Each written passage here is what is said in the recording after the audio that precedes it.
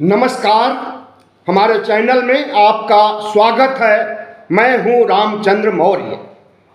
साथियों, 21वीं सदी का 2024 बीत गया, यानी लगभग चौथाई सदी बीत गई 21वीं सदी की। और आज़ादी के बाद से इन 78 सालों में, संविधान लागू होने के 75 सालों में हमने क्या पाया और क्या खोया, और आज हम किस तरफ आगे बढ़ रहे हैं, विनाश की तरफ या विकास की तरफ। 2024 के मद्देनज़र आज हम इसी पर चर्चा करेंगे और आपको बताएंगे कि हमारा भारत देश क्या पाया, क्या खोया 2024 में और चौथाई सदी बीतने तक। साथियों, आपसे निवेदन है कि अगर आप पहली बार चैनल को देख रहे हैं तो इसे सब्सक्राइब कर लीजिए, इससे हमें बड़ी ताकत मिलेगी। तो साथियों, 21वीं सदी का 2024 वर्ष एक ऐसा कालखंड है जो हमें विकास की तरफ भी उन्मुख करता है और विनाश की तरफ भी। अच्छाइयाँ भी हैं, बुराइयाँ भी हैं। जिस तरह से देश में भारतीय जनता पार्टी और आरएसएस ने तांडव मचाया है, भारत खोदो योजना के तहत जिस तरह से बाबा साहब डॉक्टर भीमराव अपमान का सरेआम किसी देश का गृह मंत्री करता है राज्यसभा में, जिस तरह से इस देश का प्रधानमंत्री हिंदू मुस्लिम ध्रुवीकरण करने के लिए मुसलमानों के खिलाफ बयान जारी करता है और कहता है कि मंगलसूत्र छीन करके मुस्लिम महिलाओं को दे दिया जाएगा, भैंस खोल करके दे दिया जाएगा, विपक्ष को तवायफ कहता है, मुजरा करने वाली। तो इस देश का प्रधानमंत्री और मुख्यमंत्री जब कहने लगे कि बटोगे तो कटोगे, तो आज हम इस मोड़ पर पहुंच गए हैं 2024 में कि प्रधानमंत्री पद की गरिमा, मुख्यमंत्री पद की गरिमा तार तार हो गई है। और जिस तरह से देश में हिंदू मुस्लिम ध्रुवीकरण करने के लिए इस बीच खेला खेला जा रहा है, जिस तरह से भारत खोदो अभियान चलाया जा रहा है, सिर्फ उत्तर प्रदेश में ही नहीं पूरे देश में, तो क्या आपको लगता है कि आपका भविष्य, अल्पसंख्यकों का भविष्य, बहुसंख्यकों का भविष्य आने वाले दिनों में सुरक्षित रहेगा? फिलहाल हमें तो ऐसा नहीं लगता। हम तो चाहते हैं कि आने वाला नया साल में सबको सद्बुद्धि मिले, हिंदुओं को भी, मुसलमानों को भी, और सबसे बढ़ कर के इस देश में संवैधानिक पदों पर बैठे हुए तमाम महारथियों को भी, इसमें हम राष्ट्रपति, प्रधानमंत्री, उपराष्ट्रपति, मुख्यमंत्री को भी शामिल कर रहे हैं। क्योंकि राष्ट्रपति और उपराष्ट्रपति का पद ऐसा होता है कि जिसका डायरेक्ट असर जनता के ऊपर नहीं पड़ता, लेकिन प्रधानमंत्री और मुख्यमंत्री का पद ऐसा होता है जिससे जनता का जुड़ाव होता है और जनता के वोट से ही उनकी नियुक्ति होती है। तो हम उम्मीद करेंगे कि 2024 में जो कुछ हुआ, जो कुछ खोया, जो कुछ पाया, अगर दोनों का संतुलन साधा जाए तो हमें लगता है कि खोया ज़्यादा है, पाया कम है। हमने बाबा साहब डॉक्टर भीमराव अंबेडकर का अपमान देखा है, हमने महात्मा गांधी का अपमान देखा है, हमने पूर्व प्रधानमंत्री मनमोहन सिंह की कब्र पर या उनकी चिता पर राजनीति, उनकी समाधि बनाने के लिए राजघाट में जमीन न मुहैया करने का प्रधानमंत्री नरेंद्र मोदी का रवैया और विपक्ष में होने के नाते कांग्रेस का ढुलमुल रवैया कि उन्होंने जितना संविधान बचाने के लिए ताकत लगाई है, अगर उसका आधा ताकत भी लगाते मनमोहन सिंह के लिए न्याय करने के लिए, तो शायद उन्हें राजघाट पर जगह मिल जाती मनमोहन सिंह की समाधि बनाने के लिए। लेकिन प्रधानमंत्री नरेंद्र मोदी अपने को नेहरू से भी बड़ा प्रधानमंत्री मानते हैं। मनमोहन सिंह तो बहुत छोटी चीज हैं। प्रधानमंत्री नरेंद्र मोदी अक्सर पूर्व प्रधानमंत्री नेहरू को आड़े हाथों लेते हैं और उनसे बड़ी लकीर खींचने की बात कहते हैं, जबकि उन्हीं नेहरू की दी हुई तमाम सरकारी कंपनियों पीएसओ को बेच करके पैसा कमाने और अडानी का जेब भरने का काम प्रधानमंत्री नरेंद्र मोदी ने किया है।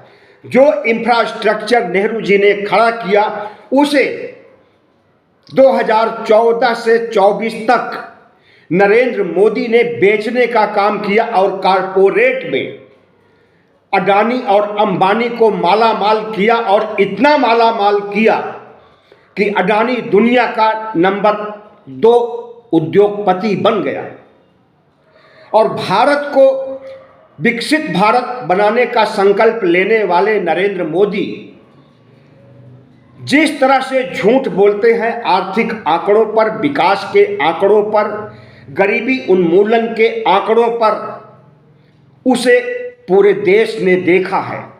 प्रधानमंत्री नरेंद्र मोदी ने दावा किया कि 2014 से 24 तक 25 करोड़ देश की जनता को गरीबी रेखा के बाहर लाया गया, लेकिन यह सरासर झूठ है, तथ्यों पर आधारित नहीं है।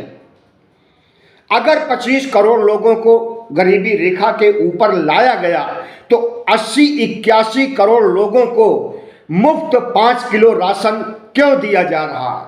क्यों मनरेगा में अभी भी मजदूर दिहाड़ी पर काम कर रहे हैं और उन्हें दिहाड़ी का भी काम नहीं दिया जा रहा है? मनरेगा को लाने का मकसद था कि प्रत्येक गरीबों को कम से कम साल में 100 दिन तक रोजगार मिले, लेकिन क्या वह रोजगार मिल रहा है? क्या उनकी आर्थिक स्थिति में सुधार आ रहा है? कतई नहीं। प्रधानमंत्री नरेंद्र मोदी ने इस बीच और कई झूठ बोले हैं। उन्होंने थोड़े समय पहले कहा कि 8 करोड़ लोगों को रोजगार दिया जा चुका है पिछले 3-4 सालों में। उन्होंने यह नहीं बताया कि इन 8 करोड़ लोगों में कितनों को नौकरी मिली है, कितने को रोजगार मिला है, कितने लोगों ने अपना धंधा शुरू किया है। यह सब आंकड़े नहीं दे पाए क्योंकि ये आंकड़े सरासर झूठ हैं। अगर 8 करोड़ लोगों को रोजगार मिला तो वह दिखना भी चाहिए, लेकिन दिखा नहीं। प्रधानमंत्री नरेंद्र मोदी ने जिस तरह से अर्थव्यवस्था का कचूमर निकाल दिया है और इस देश पर विदेशी कर्ज लगभग 3 गुना बढ़ चुका है और जिस तरह से महंगाई की मार आई हुई है, मध्यम वर्ग, निम्न वर्ग, हर कोई परेशान है महंगाई की वजह से। ऐसा 2024 के पहले कभी नहीं हुआ। और जिस तरह से बेरोजगारों की फौज खड़ी हो गई है, 2024 में और ज़्यादा आंकड़े बढ़े हैं। जबकि 2024 में लोकसभा चुनाव भी हुए और इन चुनावों के दौरान सत्ता पक्ष और विपक्ष ने लोक लुभावन नारे दिए, फ्री बीज और लाभार्थी योजना के नारे दिए, लेकिन आज भी जनता की स्थिति बदहाल है और आगे भी बदहाल रहने की उम्मीद है। सीबीआई, ईडी, आईटी का आतंक जितना 2024 में चला है और 2 सिटिंग मुख्यमंत्रियों को जेल में ठूसा गया, उनका कसूर या उनका अपराध कुछ भी नहीं था और 5-6 महीने के बाद उन्हें अदालत ने रिहा कर दिया। बगैर किसी अपराध, बगैर किसी वजह से अगर जेल में भेजा जा रहा है तो हमें लगता है कि प्रधानमंत्री नरेंद्र मोदी ने गलत किया और झारखंड में उसका नतीजा भी उन्हें भुगतना पड़ गया। जेल में जाने की वजह से हेमंत सोरेन का कद बढ़ गया और वह स्थानीय चुनाव विधानसभा का झारखंड का उन्होंने जीत लिया। और दूसरे शख्स केजरीवाल, और केजरीवाल के राज्य में भी चुनाव आ खड़ा हुआ है। इसी जनवरी में 15 जनवरी तक आचार संहिता लागू हो जाएगी और फरवरी में चुनाव होगा।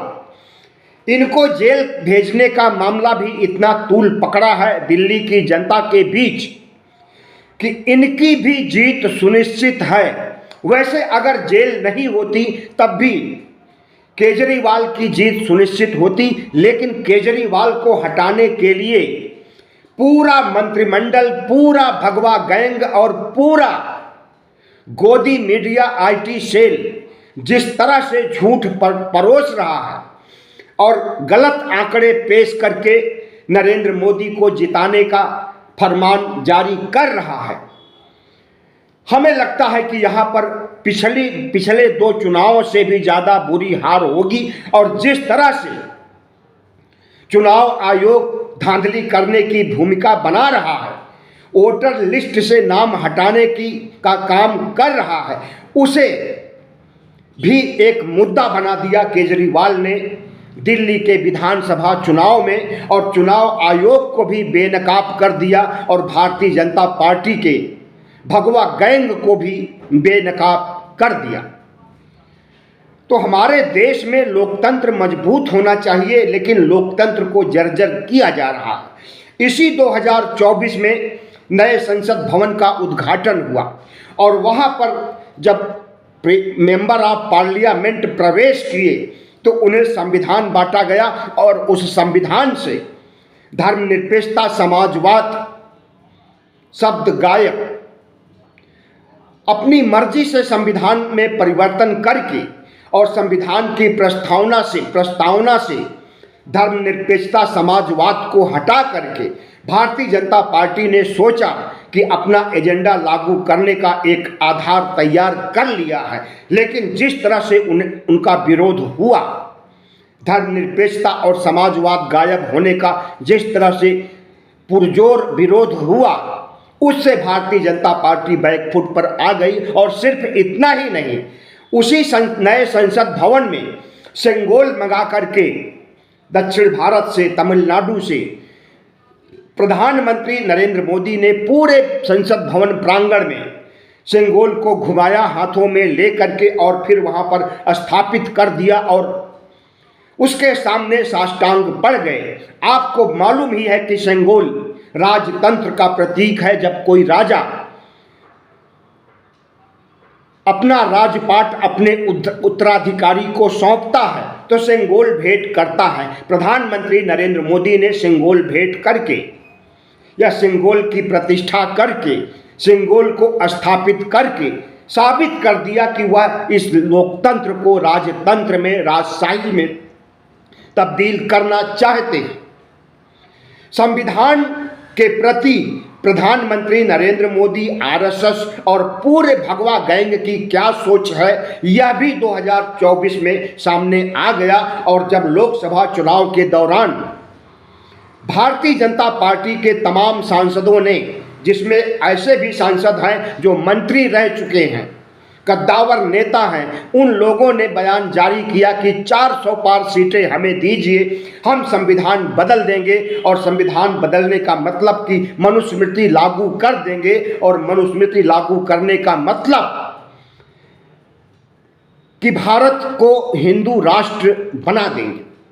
और इस मतलब को इस देश के ओबीसी एससी एसटी ने समझा, निचले स्तर तक बात गई और जिस तरह से प्रधानमंत्री नरेंद्र मोदी को बैसाखियों के सहारे आना पड़ा, हम समझते हैं उसे बताने की जरूरत नहीं है। न्यायपालिका 2024 में जिस तरह से बेनकाब हुई है और उसे बेनकाब करने का काम किसी और ने नहीं, पूर्व सीजीआई, पूर्व चीफ जस्टिस डीवाई चंद्रचूड़ ने किया कि 2019 में राम मंदिर का फैसला देते हुए हमने राम के कहने पर राम की मर्जी से फैसला सुनाया है। ईश्वर की मर्जी या श्रद्धा या दया इसके आधार पर फैसला सुनाना संविधान में नहीं लिखा है, लेकिन जो संविधान में नहीं लिखा है वही असंवैधानिक काम इस देश के चीफ जस्टिस ने किया। हालांकि उस समय चीफ जस्टिस 2019 में नहीं थे, चंद्रचूड़ साहब 2022 में चीफ जस्टिस बने हैं, लेकिन राम मंदिर के फैसले में वह भी शामिल थे 5 जजों की टीम में। और जो फैसला सुनाया गया ईश्वर की मर्जी के आधार पर, उस फैसले पर किसी भी जज के हस्ताक्षर नहीं थे, क्योंकि उन जजों को पता था कि यहाँ पर संविधान का गला घोंटा जा रहा है और न्याय की धज्जियां उड़ाई जा रही हैं, इसलिए हस्ताक्षर नहीं किए। श्रद्धा के आधार पर हिंदू पक्ष के लिए न्याय का दरवाजा खोल दिया गया और मुस्लिम पक्ष को जमीन अलाट की गई, लगभग 30-35 किलोमीटर दूर अयोध्या से मस्जिद बनाने के लिए। और जिस तरह से बाबरी मस्जिद के गिराए जाने पर उसे आपराधिक घटना माना गया, कोर्ट ने भी, सुप्रीम कोर्ट ने भी इसे गलत कहा कि आपराधिक घटना है ये, लेकिन अपराध करने वाले किसी भी शख्स को सजा नहीं मिली, सबको बाइज्जत रिहा कर दिया। तो 2024 में संविधान के खिलाफ भी काम हुआ है और संविधान की धज्जियां भी उड़ाई गई हैं। डीवाई चंद्रचूड़ अगर ईश्वर की मर्जी से फैसला देंगे तो इस देश के लोकतंत्र का क्या होगा, संविधान का क्या होगा, और क्या ऐसी एक परंपरा विकसित हो जाएगी जितने भी हाई कोर्ट, लोअर कोर्ट या सुप्रीम कोर्ट हैं, अगर सभी इसी तरह से ईश्वर की मर्जी पर फैसला करने लगेंगे तो संविधान की धज्जियां कोई और नहीं, न्यायपालिका ही उड़ा देगी। पहली बार 2024 में हमारे प्रधानमंत्री नरेंद्र मोदी ने अपने को ईश्वर का अवतार घोषित किया और यह भी कहा कि हमें ईश्वर ने स्वर्ग से टपकाया है हमेशा हमेशा राज करने के लिए।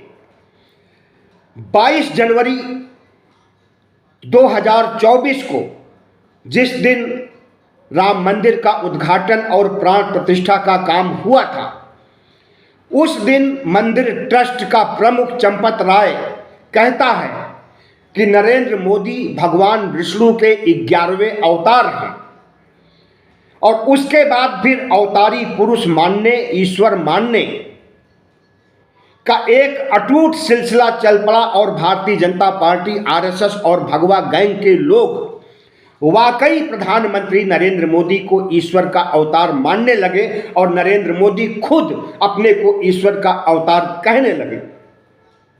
रामलला का कद जो कि लगभग 1.5 फुट का और नरेंद्र मोदी का 5.5 फीट से कुछ ज़्यादा ही, रामलला की उंगली पकड़ करके नरेंद्र मोदी, या यूं कहें कि नरेंद्र मोदी की उंगली पकड़ करके रामलला मंदिर की ओर जा रहे हैं, ऐसे फोटो और वायरल वीडियो वायरल हुई है जिसमें कि मोदी का कद राम से भी बड़ा दिखाया गया।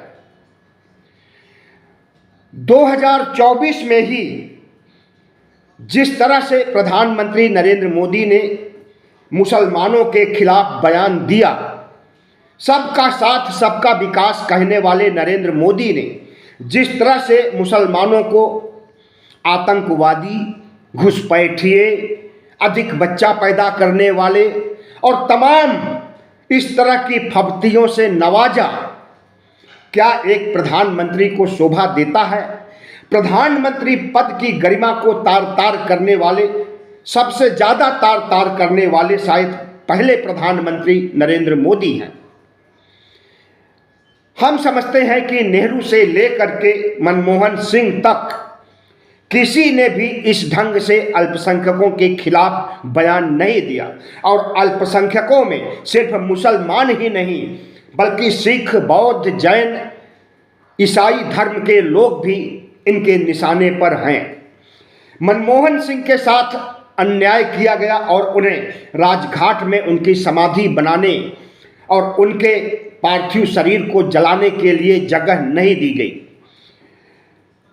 क्योंकि मनमोहन सिंह भी अल्पसंख्यक थे। इस देश का कोई पहला अल्पसंख्यक था जो 10 सालों तक प्रधानमंत्री रहा, और अल्पसंख्यकों से भारतीय जनता पार्टी नफरत करती है। इसीलिए मनमोहन सिंह को राजघाट में जगह न तो दी गई है और न दिए जाने की कोई उम्मीद है। निगमबोध घाट पर उनका जिस तरह से पार्थिव शरीर जलाया गया, बहुत ही दुर्भाग्य की बात है कि प्रधानमंत्री नरेंद्र मोदी की सोच कितनी ओछी है। आज हमारे देश में प्रधानमंत्री नरेंद्र मोदी खुद कहते हैं कि हमारा देश विश्व में पांचवी इकोनॉमी है दुनिया की, और हमारे देश में गरीबी, जहालत, महंगाई इतना ज़्यादा है, गरीबों की संख्या इतना ज़्यादा है कि 81 करोड़ गरीबों को अगर 5 किलो राशन नहीं दिया जाए तो उनकी मौत भी हो सकती है। और यह योजना प्रधानमंत्री की नहीं है, कांग्रेस पार्टी की है, मनमोहन सिंह की योजना है। उस योजना को अंजाम दे रहे हैं और दावा कर रहे हैं कि हम तीसरी इकोनॉमी की ओर तेजी से बढ़ रहे हैं। तीसरी इकोनॉमी भी अगर भारत हो जाए और यहाँ के आम आदमी की जेब खाली रहे, पर व्यक्ति इनकम बांग्लादेश से भी कम रहे, तो ऐसी तीसरी इकोनॉमी का हम क्या करेंगे? आज 5वीं इकोनॉमी है लेकिन गरीबी है, जहालत है, तो ऐसी इकोनॉमी का हम क्या करेंगे?